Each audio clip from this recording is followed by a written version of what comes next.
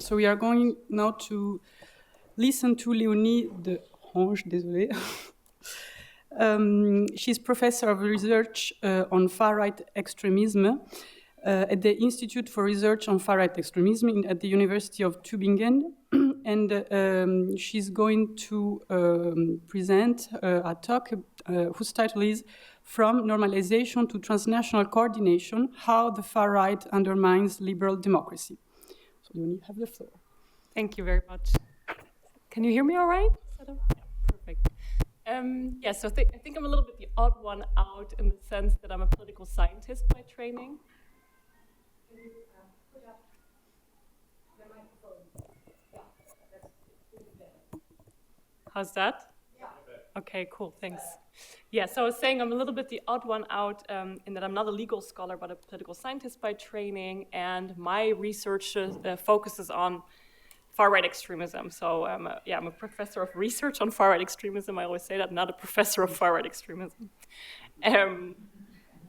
So the starting point of this talk is the rise and normalization of far-right actors, which undeniably is one of the biggest challenges liberal democracy is facing today.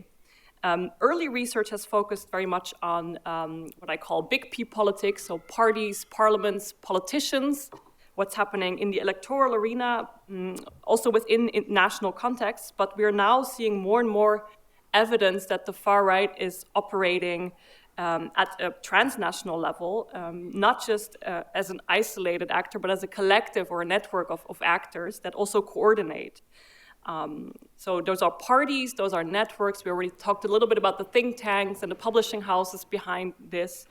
And these networks exchange ideas, they exchange narratives, but also legal frameworks and strategic blueprints that facilitate their growing institutional access and also political influence. So what I will try to do today is to focus on domestic and cross-border dynamics that underpin this transformation, and hopefully also say something about the consequences for liberal democracy. So this is the panel that just sets the doom and gloom stage, and you guys solve it tomorrow, right? We're not providing answers, we're just setting the stage. So what I want to do is three things. First, I will say a word about the rise and normalization of the far right. The point here is that ideas that were confined to the fringes, such as ethno-nationalist definitions of citizenship, but also conspiracy-laden narratives of democratic threat, have now entered public debates and policymaking. And the point I'm going to make is that this normalization is not spontaneous or natural, but in fact, it reflects deliberate strategic efforts by far-right actors to adopt legally or oftentimes academically styled language that masks the radical nature of this process. The second point I want to make is about institutionalization. We now see more and more far-right parties either entering power, entering government coalitions, or opposition as well. And when they are moving closer to power, their ability to shape political agendas increases inevitably. And even when they're not formally in office, though, they can exert disproportionate influence on agenda setting and also legislative pressure. And that is a crucial mechanism through which illiberal tendencies may take root even in long-established democracies. I don't think I'm saying anything surprising here. And then the third point I'll make is this transnational dimension. Far-right groups across Europe and also beyond operate in dense networks that facilitate and exchange communication strategies, organizational models, and ideological innovations. And these transnational ties, they accelerate the diffusion of concepts such as re-migration. That's one that I will talk about a lot today. These are pseudo-legal terms that cloak profoundly dehumanizing proposals in the veneer of judicial legitimacy. We see similar patterns of semantic laundering where radical ideas are reframed as administrative or technocratic processes, and these appear across several far-right networks and also more and more in everyday places and spaces. Taken together, these three processes, normalization, institutionalization, and transnational coordination, pose a significant threat to the stability and integrity of liberal democracy, and they facilitate what may be described as a creeping authoritarian drift in which democratic institutions are gradually hollowed out from within. So when I talk about the far right, it's always important to have some conceptual clarity about what we're talking about. We've already heard lots of terms, or just today, right, from neo-fascism to extreme right, illiberal, radical right. Populism is one we haven't heard, but it's also often thrown into the mix. And there's a lot of unclarity about what we really mean with these terms. So I'm going to try to bring a little bit of clarity in that, in how I use the term and how it's increasingly used in political science literature. And that is that I use the term far right as an umbrella term that captures the growing links between a very diverse range of actors, ranging from often populist, illiberal, radical right parties and extreme right political actors. So the former, the radical right, is nominally democratic, but illiberal, and we've already talked about that is an oxymoron in many ways. So these parties are critical of key principles of liberal democracy, think about political pluralism or minority rights, with which you could say that strips democracy from its core. The extreme right is blatantly anti-democratic, but as we'll see, these boundaries are blurry, and this is what I find always interesting is that this term doesn't translate well to other languages. So if you think about the French context, right, you have l'extrême droite, and you have already that umbrella term. You don't technically make these differences, and it's the same in the Netherlands. It's also very difficult in Germany. There are legal consequences with which terms you use. But my point here is that these different sort of subcategories within this bigger far-right universe are ideologically characterized by two things, namely nativism and authoritarianism. Nativism, it's a racist form of xenophobia, of nationalism, a xenophobic racist form of nationalism that holds that non-native elements form a threat to the homogeneity of the nation state, and that all non-native elements, most often these are people, immigrants, should be banned or barred. And authoritarianism here refers to the idea of a strictly ordered society where infringement against the law and order are to be punished severely. I could say a lot more about this, but just to get some conceptual clarity into this. Now, even though the radical and the extreme right are theoretically distinct, recent scholarship is noting and acknowledging more and more that these boundaries are blurring in practice. So even the most institutionalized far-right parties often have a hidden production structure, that's the so-called backstage, that operates within a wider network that might also pose a threat to the democratic status quo. So this term, the far right, this umbrella concept, trains our eyes essentially to move beyond the institutional front stage to also see the wider backstage that sort of anti-democratic signals that are coming a bit earlier, that look nominally democratic but are not. So if we stop from semantically distinguishing between the radical and the extreme right, we also avoid implying that only the extreme right poses a real threat to democracy. This already starts much earlier, and we also already heard that the boundaries to the democratic right are also blurring, right? One of the big features of far-right politics today is that far-right ideas no longer exclusively figure in far-right parties and not what you would unequivocally label as far-right actors. So while political science scholarship has traditionally focused on parties and politicians, so the big P politics, the contemporary far-right cannot be understood without taking into account the so-called non-party sector.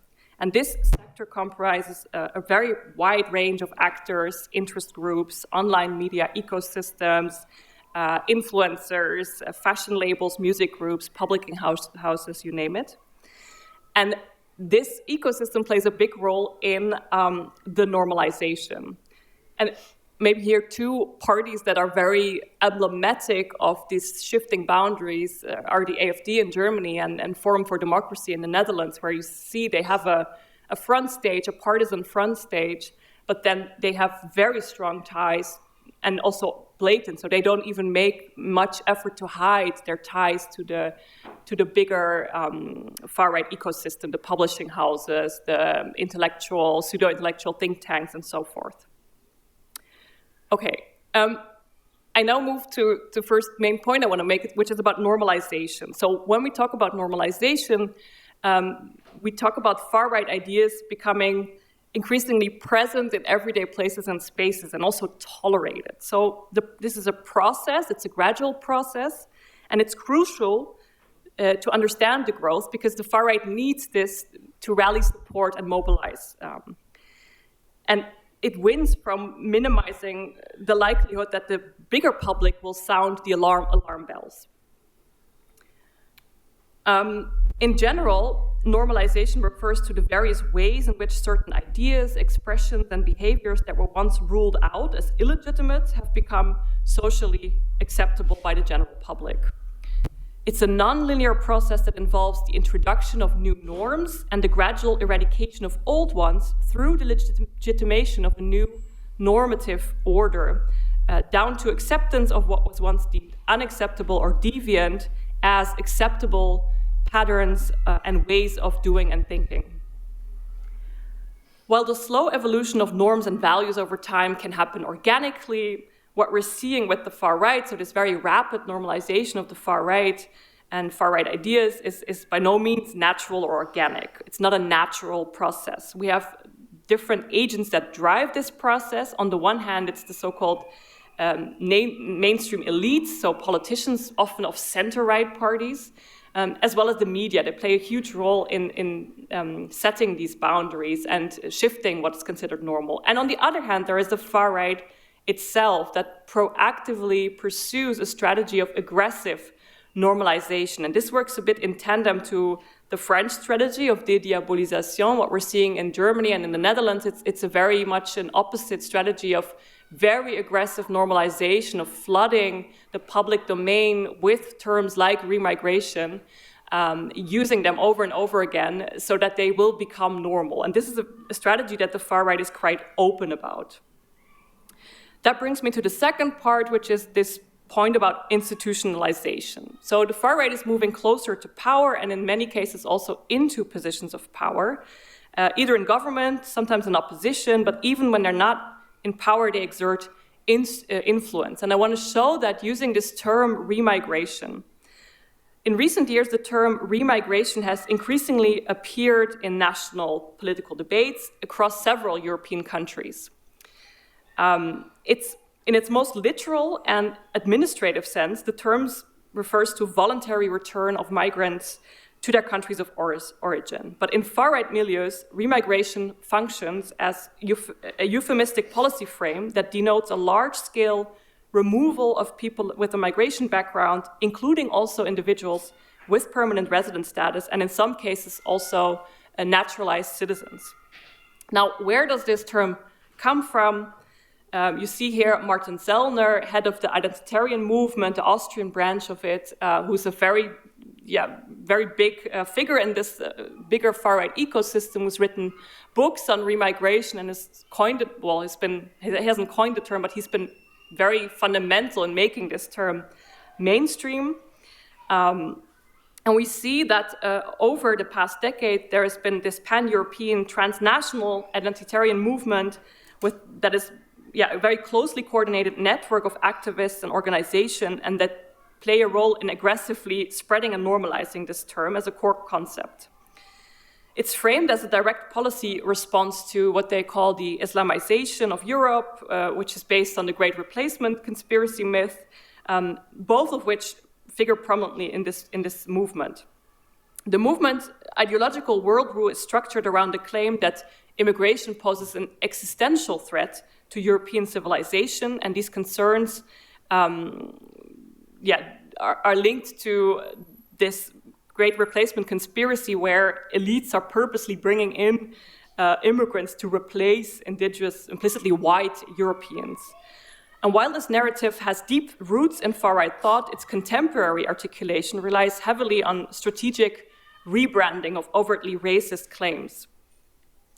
As openly biological or racialized language has become less acceptable, far-right actors now increasingly rely on this euphemistic and technocratic vocabulary, where race becomes a proxy for is reframed as culture, and white Europe and boreal functions as a proxy for white Europeans, and deportation is recast as remigration. These semantic shifts do not represent ideological moderation, but rather constitute what can be described as semantic laundering, so repackaging of long-standing exclusionary ideas in administratively neutral or policy-oriented language. And in this sense, remigration denotes a form of exclusionary politics that operates not overtly through violence, but through bureaucratic instruments, legal categorization, and political pressure. So they're framing it, such measures as social assistance, often saying things like we're helping people return home, or as a completely legitimate policy tool. So it's perfectly legal. And by doing so, moral resistance and legal opposition are systematically undermined. In Germany, this has played a big role in recent years when an investigative platform, Colloque, discovered a secret meeting held in November in 2023, organized in part by members of the AfD, but there were also centrist right politicians present at this meeting. And it was all about remigration. And they also have their own summits. And in fact, this is a photo from the last remigration summit, but there is another one coming up this Saturday in Portugal, where many of these figureheads then again come to. And it's very much a performance of showing, look, we are now normalized, we can now book venues, and the media is here to see it, right? So this is very much a performance element here. They bring together different MEPs, but also MPs from different far-right parties across Europe, but also non-parliamentary actors are present. And prior to this last event, Martin Sellner openly stated on social media that the repeated use of the term remigration was intended to familiarize broader audiences with the concept, and that this is a deliberate strategy of repetition through which they are trying to flood this into, or bring this term into sort of normal policy spaces. And we see evidence that this is working, and I would like to show that. So this is daily mentions of remigration as a key search across German far-right and conspiracy-laden Telegram channels, so just showing how much more the word is being popping up in these circles over the last years.